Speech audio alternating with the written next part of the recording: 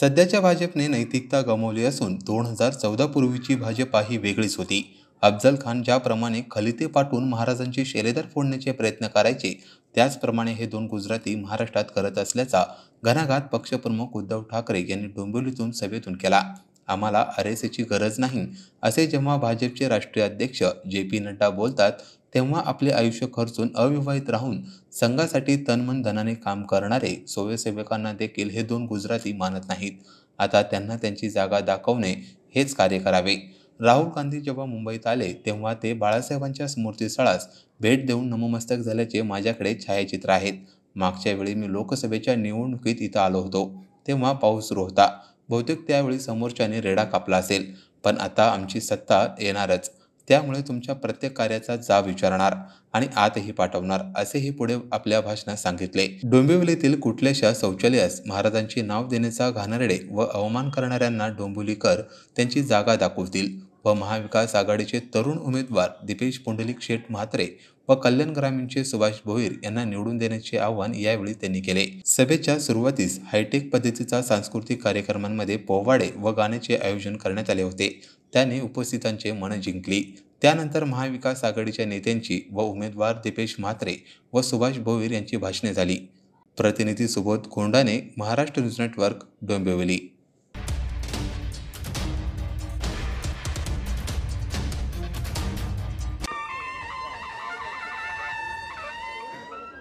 जमलेल्या माझ्या तमाम महाराष्ट्रप्रेमी बांधवांनो, भगिनींनो आणि मातांनो,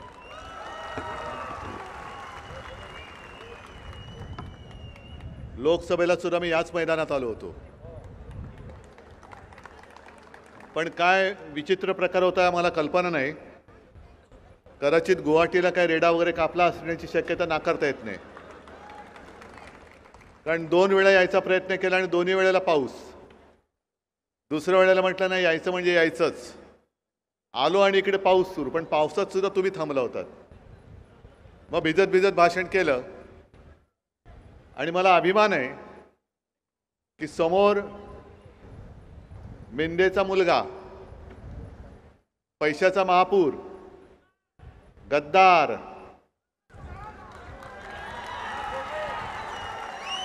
आणि त्याला आव्हान देणारी आपली सारी वैशालीताई. तुम्ही खाली का बसलात? वरती या इकडे.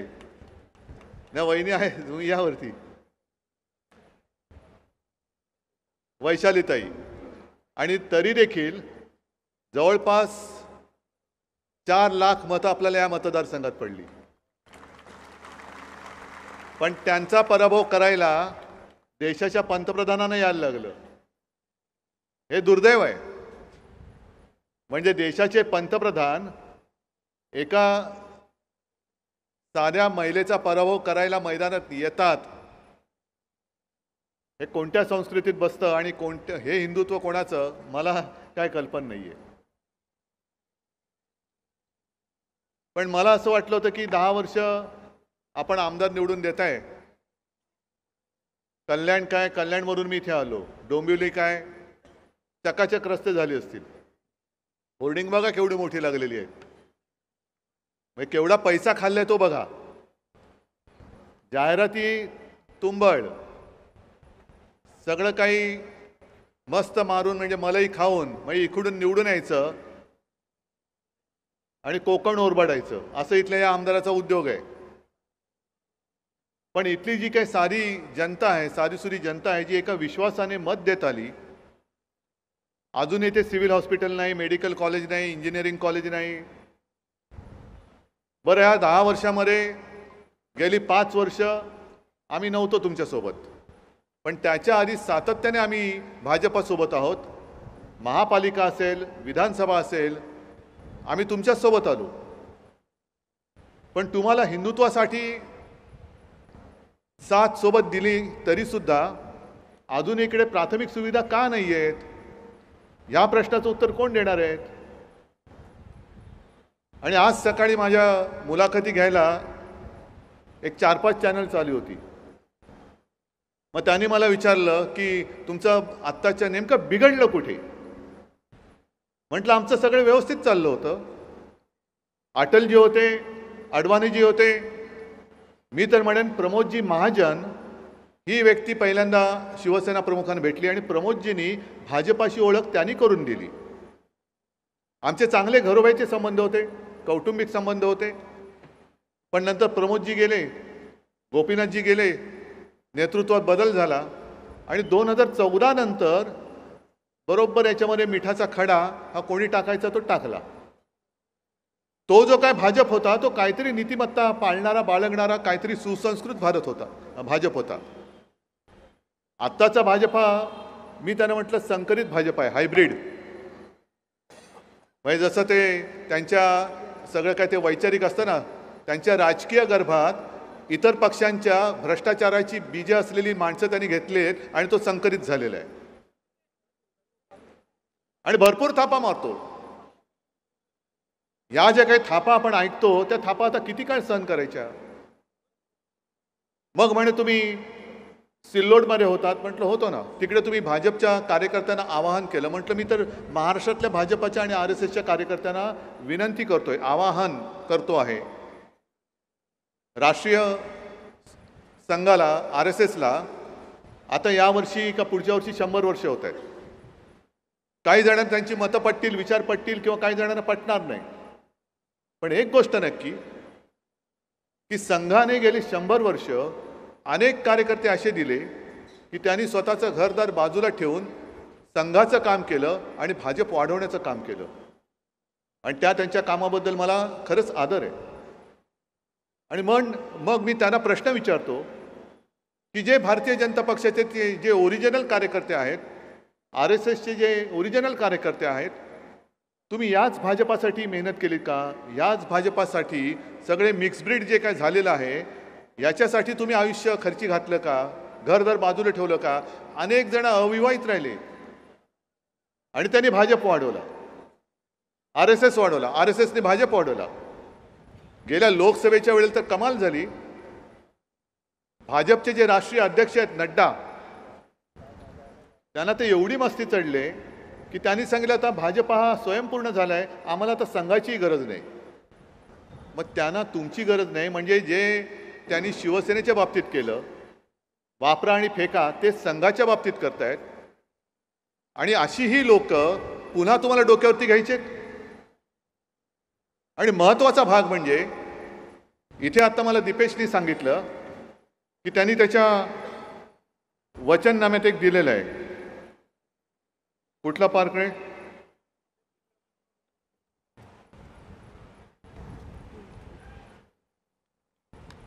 हां, त्यांनी आपल्या हिंदू हृदय सम्राट शिवसेना प्रमुखांच्या नावाने वंदनीय बाळासाहेब ठाकरे बिझनेस पार्क उभारण्याचं वचन तुम्हाला दिलेलं आहे.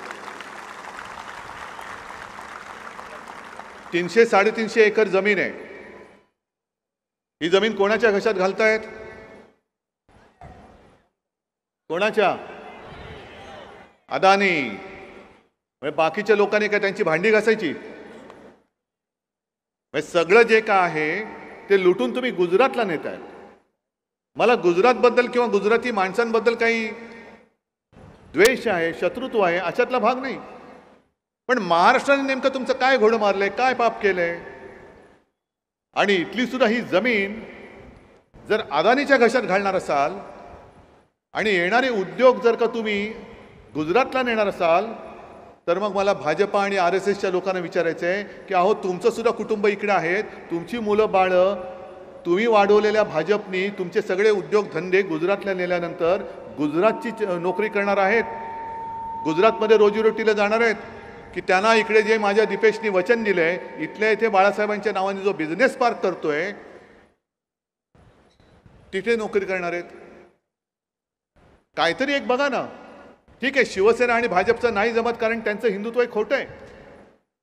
शिवसेनेचं हिंदुत्व हे हृदयात राम आणि हाताला काम देणारं हिंदुत्व आहे.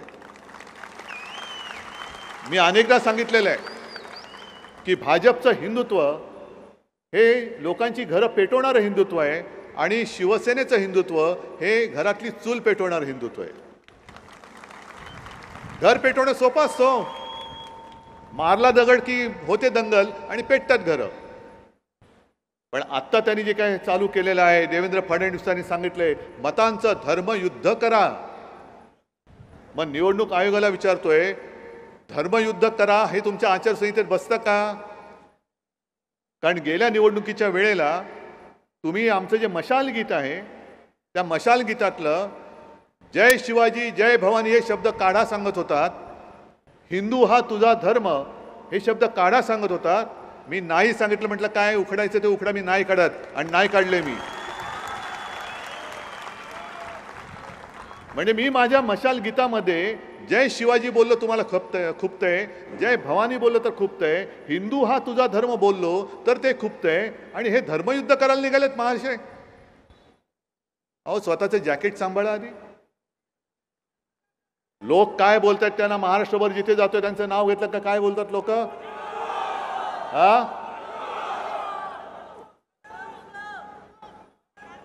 मग असे जर लोक तुमच्याशी तुमची प्रतिमा ही असेल तर टरबूज कधी धर्मयुद्ध करू शकतं का हो?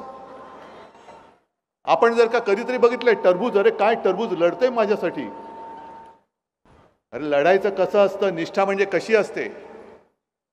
मी जे तळमळीने बोलतोय कारण आपल्या सगळ्यांच्या निष्ठा या नुसत्या उद्धव ठाकरेशी नाही, महाराष्ट्राच्या मातीशी असल्या पाहिजेत, महाराष्ट्राच्या मातेशी असल्या पाहिजेत. उगाच आपण छत्रपती शिवाजी महाराज की जय बोलायचं आणि महाराष्ट्र लुटणाऱ्याला मत द्यायचं. महाराज असते तर कडलोट करून टाकला असता आपला. मी लढतोय आणि मी लढणार. जो जो माझ्या महाराष्ट्राच्या हिताच्या आड येईल तो कोणी असला तरी मी त्याचा मुकाबला केल्याशिवाय राहणार नाही, ही शपथ घेऊन मी मैदानात उतरलोय. आणि गद्दाराने घेऊन तुम्ही आमच्या अंगावर येतात. ठीक आहे, दीपेशमध्ये गेला होता, पण ते जसे गेलेत आणि शिवसेना संपवायला बघतायत, नाव चोरलं, चिन्ह चोरलं. मी तर मिंदेला जाहीर आव्हान देतोय, प्रत्येक सभेत देतो, इथे दिल्यानंतर ठाण्यात पण देणार आहे. मी मिंद्यांना सांगतोय की मिंद्या, जर तू मर्दाची अवलाद असलास तर स्वतःच्या वडिलांचा फोटो लाव आणि मैदानात उतार. कर्तृत्व शून्य.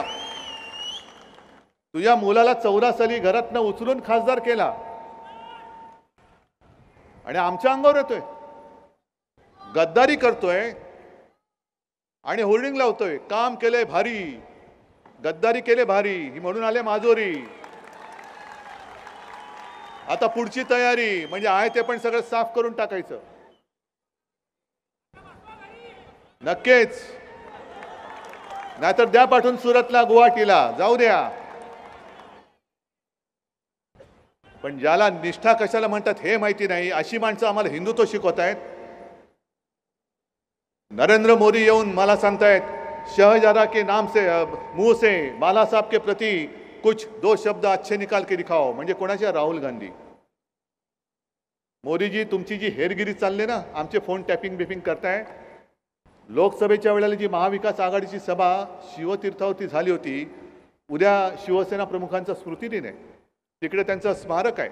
त्या स्मारकावरती मी स्वतः साक्ष आहे, माझ्या समोर राहुल गांधींनी त्या स्मारकाला अभिवादन करण्याचे फोटो आहेत माझ्याकडे.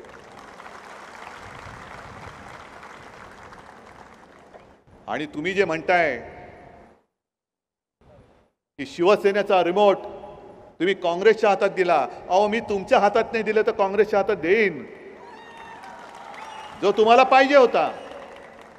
म्हणून तर तुम्ही बरोबर उद्धव बाळासाहेब ठाकरे याला बाजूला ठेवलं आणि माझ्या गद्दारांच्या माध्यमातून तुम्ही जनतेला खरेदी करण्याचा प्रयत्न केलात. पण निष्ठेची जी गोष्ट तुम्हाला मी सांगू इच्छितो, ती निष्ठा ह्या मैदानाचं जे नाव आहे कान्होजी जे दे नाईक, त्यांचीच आहे ही गोष्ट. आता यांचे जसे खलिते येतात ईडी, इन्कम टॅक्स, सीबीआयचे, तसंच त्यावेळेला जेव्हा अफजल खान चालून आला होता, अफजल खानाने पण खलिते पाठवले होते महाराजांच्या सरदारांना की तुम्ही गपचूप येऊन खानाला सामील व्हा. आलात तर वतनदारी मिळेल, खासदारकी मिळेल, आमदारकी मिळेल, खोके मिळतील, आणि जर आला नाहीत तर कुटुंब कबिल्यासह कापले जाल.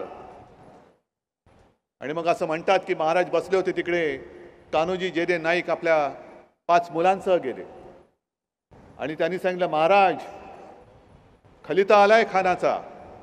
महाराजांना सगळं माहिती होतं, कारण सगळेजण त्यांना येऊन सांगतच होते.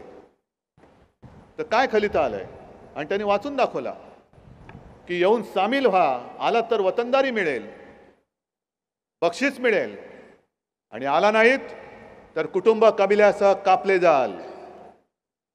मग महाराजांनी विचारलं काय ठरवलंय.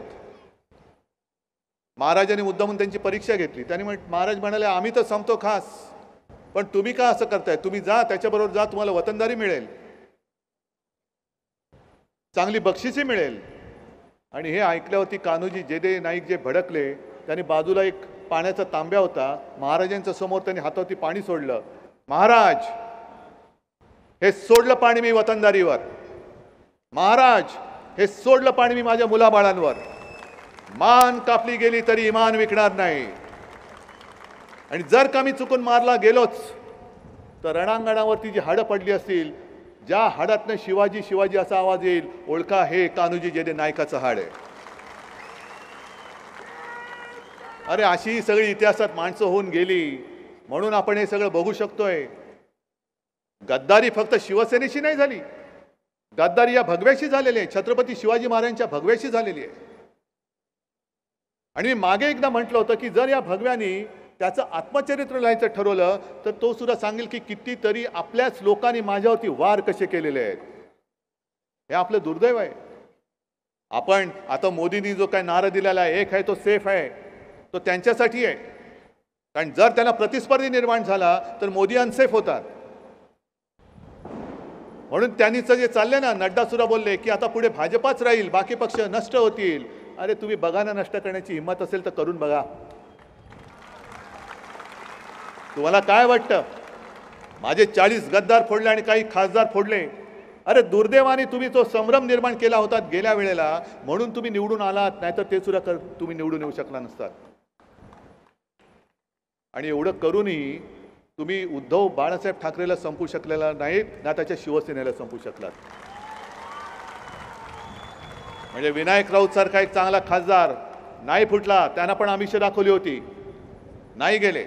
अनेक जण नाही गेले. साधे साधे शिवसैनिक कशाला तुम्हाला सगळ्यांना माहिती आहे माझ्या हातामध्ये काही नाही, तरी देखील तुम्ही माझ्यासाठी येताय. ह्याच्यात हेच तर माझं भाग्य आहे, हीच तर माझी बाळासाहेबांची पुण्य आहे माझ्या पाठी.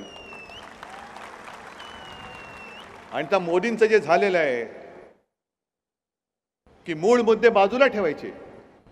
अमित शहा सुद्धा मला सांगतायत उद्धव बाबू, म्हटलं बोलो अमित शेठ. मला उद्धव बाबू म्हटलं तर ते शेठ आहेत ना बाबा. अमित शेठ केम छो, काय बाकी शिल्लक ठेवलंय महाराष्ट्र लुटायचं.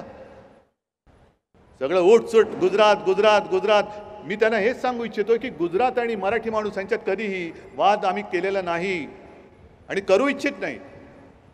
कित्येक वर्षांपासून अनेक गुजराती कुटुंब कल्याण, डोंबिवली, ठाणे, मुंबई, संपूर्ण महाराष्ट्रभर राहत आहेत. कधी आमच्याशी ते भांडलेले नाही आहेत आणि आम्ही त्यांच्याशी भांडू इच्छित नाही.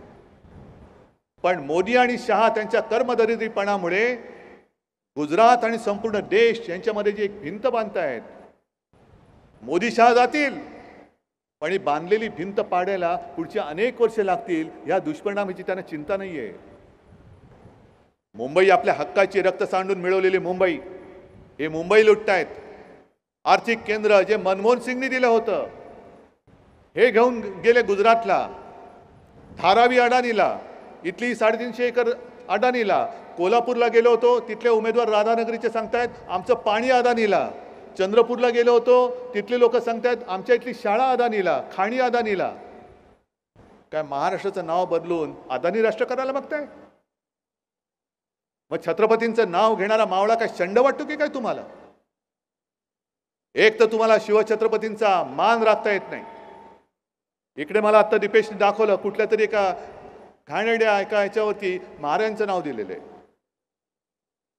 आणि खाली आमदारांचं यांचं नाव. तुम्ही आम्हाला शिवप्रेम शिकवता. एक पुतळा तुम्ही तो त्या राजकोटवरती उभारला होता, मोदी येणार मोदी येणार, आले तर मग काय झालं? नाही, नौदल दिन आहे, अभिमानाची गोष्ट आहे. आपल्या देशाला आरमाराची ओळख नौदल असलं पाहिजे, आरमार असलं पाहिजे. हे ज्यांनी पहिल्यांदा करून दाखवलं ते आपले दैवत छत्रपती शिवाजी महाराज. आणि लोकसभा तोंडावरती होती. कोकण जिंकायचा होता. शिवाजी महाराजांचं प्रतिमा आणि त्यांचं प्रेम हे चोरायचं होतं. शिवसेनेचा पराभव करायचा होता. विनायक राऊतांचा पराभव करायचा होता. म्हणून मोदींना तिकडे आणण्यात आलं. घाई गडबडीमध्ये तो एक पुतळा उभारला. त्या पुतळ्यामध्ये सुद्धा यांनी पैसे खाल्ले. एवढा हा मिंदे एवढा लाचार झाला, बूट चाटणारा झाला. तो सिंधुदुर्ग किल्ला 350-400 वर्ष होऊन गेली, तुफानाशी सामना करतोय. आक्रमणाशी तर तेव्हा केलाच, पण ऊन वारा पाऊस आणि आदळणाऱ्या लाटा, मग त्याच्यामध्ये निसर्ग त्योक्तेसारखी येणारी वादळं, हे सगळे घाव झेलत सुद्धा तो सिंधुदुर्ग ताठ उभा आहे. आणि आमच्या देशाच्या पंतप्रधानांनी उभारलेला पुतळा 8 महिन्यामध्ये कोसळून पडतो आणि आमचा मिंदे म्हणतो वाऱ्याने पुतळा पडला. मग आता हे जे काय वादळ उसळलेलं आहे महाराष्ट्रामध्ये, भगवं वादळ, हे मिंद्या तुला तुझ्या दाढी सकट उडून लावल्याशिवाय राहणार नाही. किती चोराल, किती लबाडी कराल. एक तर आपण काय केलंय हे सांगू शकत नाही, म्हणून मग तुमच्याकडे कुठेतरी अशी धुळफेक करायची का. धर्मयुद्ध करा. अरे पहिलं तुझं कर्म काय ते तर सांग ना. पक्ष फोडला, चोरी केली आणि निर्लज्जपणाने देवेंद्र फडणवीस सांगतायत की मी पुन्हा येऊन बोललो होतो, ते 2 जणांना घेऊन आलो. आणि मिंदे सांगतायत की मी अमित शहा आणि मोदीजींचा ऋणी आहे, कारण त्यांनी मला शिवसेना हे नाव आणि चिन्ह दिलं. मग त्यांनी जर का दिलं असेल तर आता तुम्हाला कळेल की आपल्याला अजून न्यायालयात न्याय का नाही मिळत आहे. मला चंद्रचूडांबद्दल आदर वगैरे एकेकाळी होता, पण चंद्रचूड साहेब, तुम्ही कायद्याचे निरूपणकार झाला असतात आणि प्रवचनकार झाला असतात तर कदाचित तुमचं नाव जास्त मोठं झालं असतं. कारण तुम्ही रामशास्त्री बाणाला जागला नाहीत. आज सुद्धा न्यायमूर्ती म्हटल्यानंतर रामशास्त्री प्रभूंचं नाव महाराष्ट्र अभिमानाने घेतो. कायदा पुढे सगळे सारखे आहेत. मग तो कोणी असेल, राघोबा दादा असला तरी देहांत प्रायश्चित्त. पण तुम्ही बघत बसलात, लोकशाही तडफडते, लोकशाही मरते. संविधानानुसार सगळं सांगतात की हे चूक आहे, हे बरोबर आहे, हे अयोग्य झालं, सगळं सांगितलं. मग नेमका निकाल का नाही दिलात? निकाल का नाही दिलात? या अशा सगळ्या बजबजपुरीमध्ये आपण महाराष्ट्र कोणाच्या हातात देणार आहोत हे तुम्ही ठरवणार आहात. ठीक आहे, 50 खोके एकदम ओके, गद्दार हे म्हणतोय आहेतच. आणि मग इकडे ज्या माझ्या महिला आलेल्या आहेत, माता भगिनी आलेल्या आहेत, त्यांना मी प्रश्न विचारतो. तुम्हाला 1500 रुपये मिळत आहेत. काही जणांना बरं वाटत असेल की काहीतरी मिळतंय. अहो, पण तुम्हाला 1500 देऊन गद्दारांना 50 खोके दिलेत. म्हणजे जो गद्दारी करतो त्याला 50 खोके, आणि जी गोरगरीब महिला आहे, घर कसं चालवायचं हे तिच्या लक्षात येत नाही, कळत नाही, चालू शकत नाही, 1500 रुपये घरी येईपर्यंत संपून जातात. स्वाभिमानी महिलेला फक्त 1500 आणि आपलं सगळे इमान विकणाऱ्या गद्दाराला 50 खोके. किती 1500 एकत्र केल्यानंतर 1 खोका होईल, किती ते केल्यानंतर किती 50 खोके होतील, किती जन्म घ्यावे लागतील तुम्हाला. आणि हा पैसा हा काही त्यांच्या खिशात नाही आणलेला, हा लुटीचा पैसा आहे. संपूर्ण मुंबई असेल, ठाणे, कल्याण, डोंबिवली, मी बघतोय नुसती कामं काढलेली आहेत, धूळधाण करून टाकलेली आहे. विकासाच्या नावाखाली हे कॉन्ट्रॅक्टरचे खिसे भरतात आणि कॉन्ट्रॅक्टरच्या माध्यमातून हे यांची घरदारं भरतायत. हा यांचा विकास, हा यांचा विकास आहे. मुंबईमध्ये सुद्धा गेल्या वर्षी मोदीजींनी ज्या रस्त्याचं भूमिपूजन केलं होतं तो घोटाळा आपण बाहेर काढला. अजून सुद्धा एकही रस्त्याचं काम सुरू होऊ शकलं नाही. मला आज पत्रकारांनी विचारलं की ते म्हणतात की तुम्ही विकासाच्या आड येता. म्हटलं मी विकासाच्या आड नाही येत, पण मी महाराष्ट्र लुटीच्या आड आलो आणि येणार. यापुढे सुद्धा माझा महाराष्ट्र मी लुटायला देणार नाही. विकास जरूर, पण तो नियोजनबद्ध असला पाहिजे. केवळ लुटायचं आहे काय? कल्याण डोंबिवलीची महापालिकेची आर्थिक परिस्थिती काय बघा, ठाण्याची परिस्थिती काय ती बघा. मुंबई महापालिकेची तिजोरी आता हे खाली करतायत, राज्य सरकारची तिजोरी हे खाली करतायत. आम्ही फक्त ही लूट थांबवली ना तरी आम्ही दिलेली वचनं ही सगळी पूर्ण करून दाखवू. ती लूट मी थांबवणार. जे आज महाराष्ट्र लुटतायत, आपला महाराष्ट्र लुटतायत, आपलं सरकार उद्या बरोबर चौकशा करून यांना कसं खडे फोडायला आत टाकतो ते बघा, खडी फोडायला लावतो यांना. निर्लज्जपणाने यांना काही कसलीही किंमत नाही. महाराष्ट्राच्या स्वाभिमानाशी यांचं काही देणं घेणं नाही. महाराष्ट्राच्या अस्मितेची यांना काही पर्वा नाही. महाराष्ट्र गुजरातनी गिळला तरी चालेल, पण मला मुख्यमंत्री आणि माझ्या कार्ट्याला खासदार केलंच पाहिजे, हे ज्याचं स्वप्न आहे तो काय तुम्हाला न्याय देणार? काय न्याय देऊ शकतो? आपला वचननामा तर वेगळा दिलाच आहे, पण सुभाष भोईर तुम्ही सुद्धा वचननामा दिलाय, दीपेश तू सुद्धा तुझा वचननामा दिलाय. अरे ह्याच्यासाठी तर आपण लोकांची मतं मागत असतो. आणि तुम्ही फक्त मत नाही देत, तुम्ही तुमचं आयुष्य आमच्याकडे देत असता. तुमचं आयुष्य असतं ते मत. एक मत म्हणजे तुमचं आयुष्य आहे, तुमच्या कुटुंबियांचं आयुष्य आहे, तुमच्या मुलाबाळांचं भविष्य, हे तुम्ही आमच्याकडे देत असता. मग त्याची धुळधाण करणारी माणसं किती वेळा पुन्हा पुन्हा निवडून देणार तुम्ही?